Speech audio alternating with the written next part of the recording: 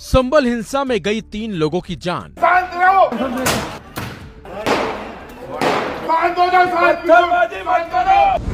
Police की गोली से मारा गया नईम खान।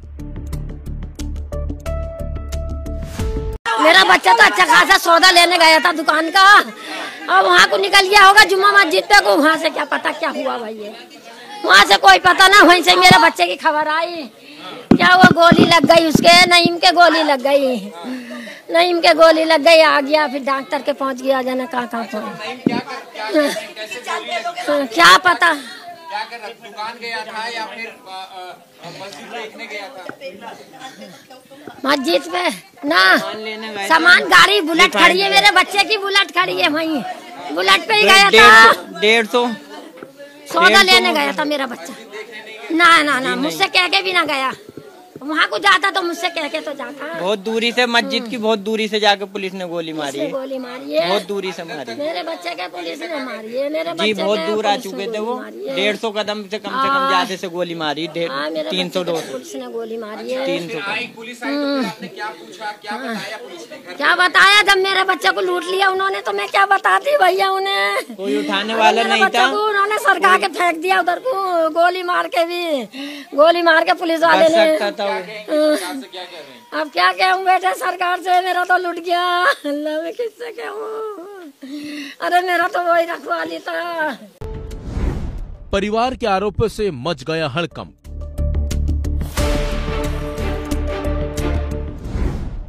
उत्तर प्रदेश के संभल में रविवार को शाही जामा मस्जिद का सर्वे को लेकर भयंकर बवाल हुआ, हंगामा हुआ और 3 लोगों की जान तक चली गई, बल्कि गाड़ियों में आग लगा दी गई। इस बीच जानकारी सामने आई कि संभल हिंसा में 3 लोगों की जान चली गई है। परिवार संभल हिंसा में अब तक 3 लोगों की मौत हो चुकी है, जिसमें एक शख्स का नाम बिलाल था। बिलाल का परिवार हमारे साथ मौजूद है बात करने के लिए। आप बिलाल के भाई हैं, क्या हुआ था? मेरा भाई मोहम्मद अलीम, मेरा भाई सुबह दुकान पे जा रहा था, 8 साढ़े 8 बजे दुकान पे गए। उसके बाद खबर आई उनको गोली मार दी। पैसे निकालने जा रहे थे और उनके गोली मार दी। चीज की दुकान? सूट की मार दी, लेडीज सूट की, रेडीमेड की। यहाँ पर थी?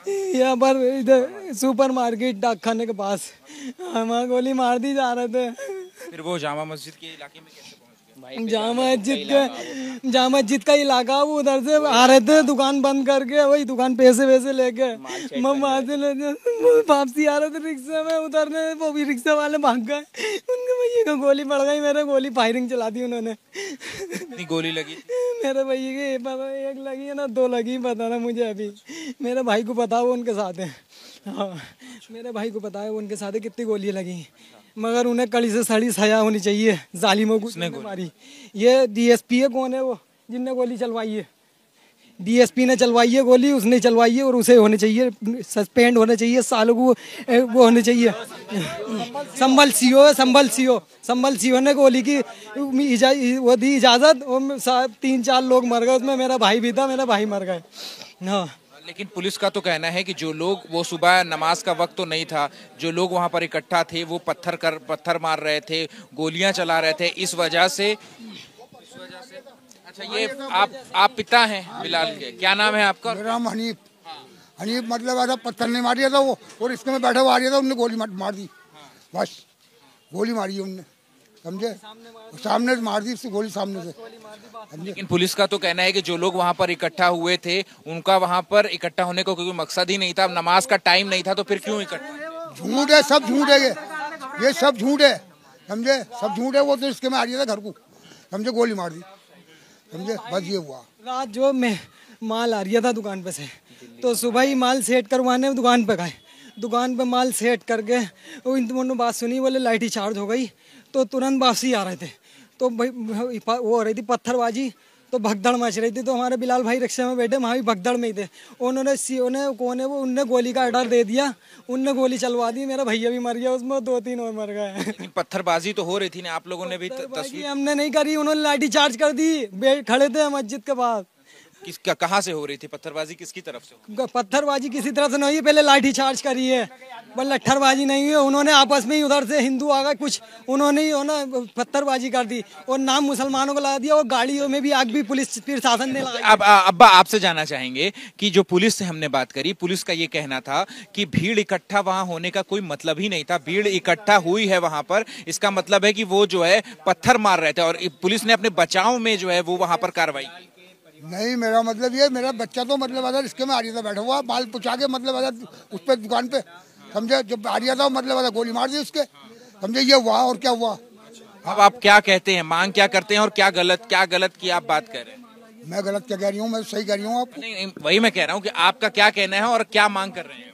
मांग कुछ नहीं है मेरी, मुझे मेरी मांग नहीं चाहिए बिल्कुल। मेरा तो बच्चा चला गया, मैं क्या मांग करूँगा?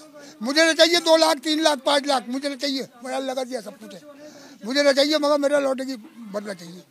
कैसा बदला ये है, जिसने मारा उसको गोली मारूंगा मैं। किसने मारा? जिनने मारा।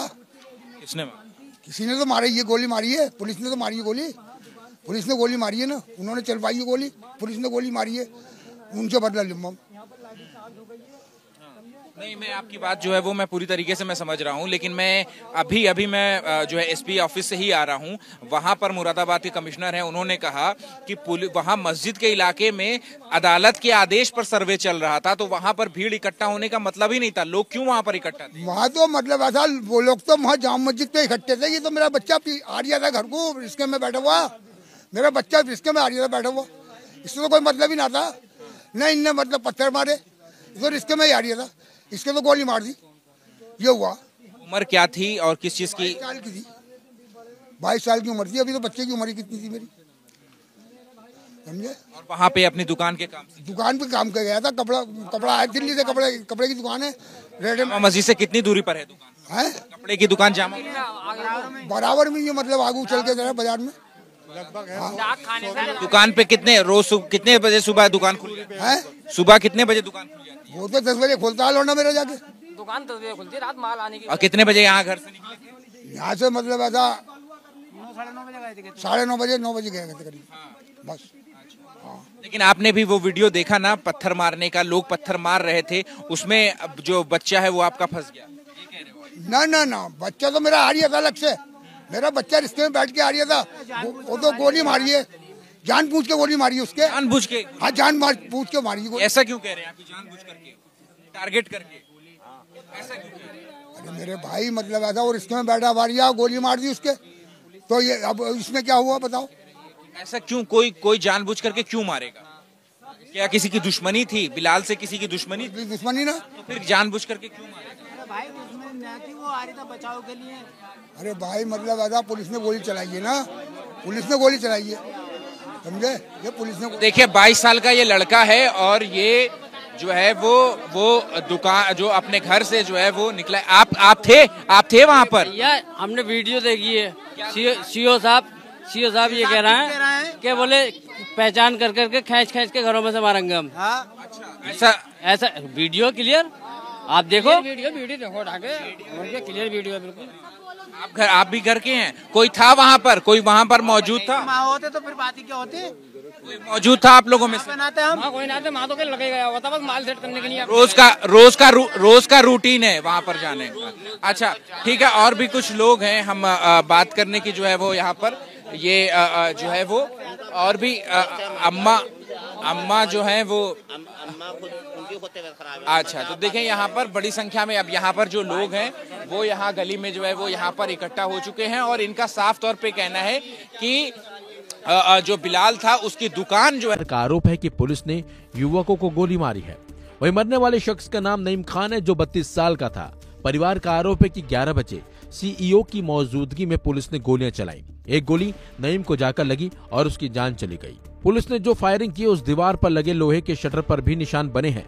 परिवार का कहना है कि नईम प्रदर्शन में शामिल नहीं था, वो अपनी दुकान की तरफ रिफाइंड लेने जा रहा था।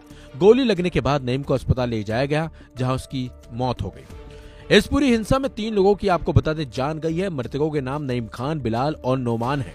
स्थानीय लोगों ने बताया कि तीनों लड़के हिंसा के समय मस्जिद के पीछे वाली सड़क पर मौजूद थे, जहां पर आगजनी और पत्थरबाजी हो रही थी। पुलिस की गोलीबारी से इन लोगों की जान गई है, ये आरोप वहां के लोगों ने लगाए हैं। आपको बता दें, संभल में रविवार को करीब 1000 लोगों की भीड़ ने जमकर हंगामा किया। पुलिस की टीम पर पत्थरबाजी की गई, गाड़ियों में आग लगा दी गई। उपद्रवियों को काबू करने के लिए पुलिस को उन पर लाठीचार्ज तक करना पड़ा, आंसू गैस के गोले छोड़ने पड़े। बताया जा रहा है कि सर्वे टीम सुबह 7:30 बजे जामा मस्जिद के अंदर दाखिल हुई थी। करीब 1 घंटे तक हालात नॉर्मल थे, तभी अचानक भीड़ आ गई। अलग अलग गलियों से करीब 1000 लोगों की भीड़ मौके पर जुट गई। पुलिस ने जब उन्हें वापस भेजने की कोशिश की तो उपद्रवियों ने पुलिस पर हमला और पथराव करना शुरू कर दिया और देखते ही देखते हिंसा भड़क गई। लेकिन जिस तरीके के हालात संभल में बने हैं, उन्होंने सबको हैरान कर दिया है, हिलाकर रख दिया है। लोग डरे हुए हैं, सहमे हुए हैं। और अब यहाँ पर कैसे हालात हैं, उसकी जानकारी दी एसपी कृष्ण कुमार ने।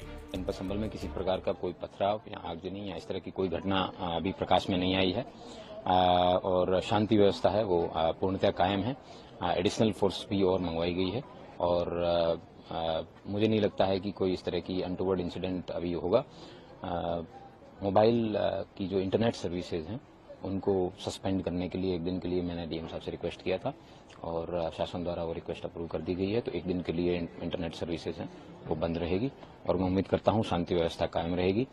जो प्रातःकाल में सुबह 7 बजे के आसपास कोर्ट कमिश्नर द्वारा जो रिक्वेस्ट की गई थी उसमें दोनों पक्षों द्वारा बैठ के थाना संभल पर ही रजामंदी से दोनों पक्षों के सर्वे की शुरुआत हुई थी। करीबन 1.25 घंटे तक सर्वे है वो शांतिपूर्वक चला, किसी प्रकार कोई इश्यू नहीं था।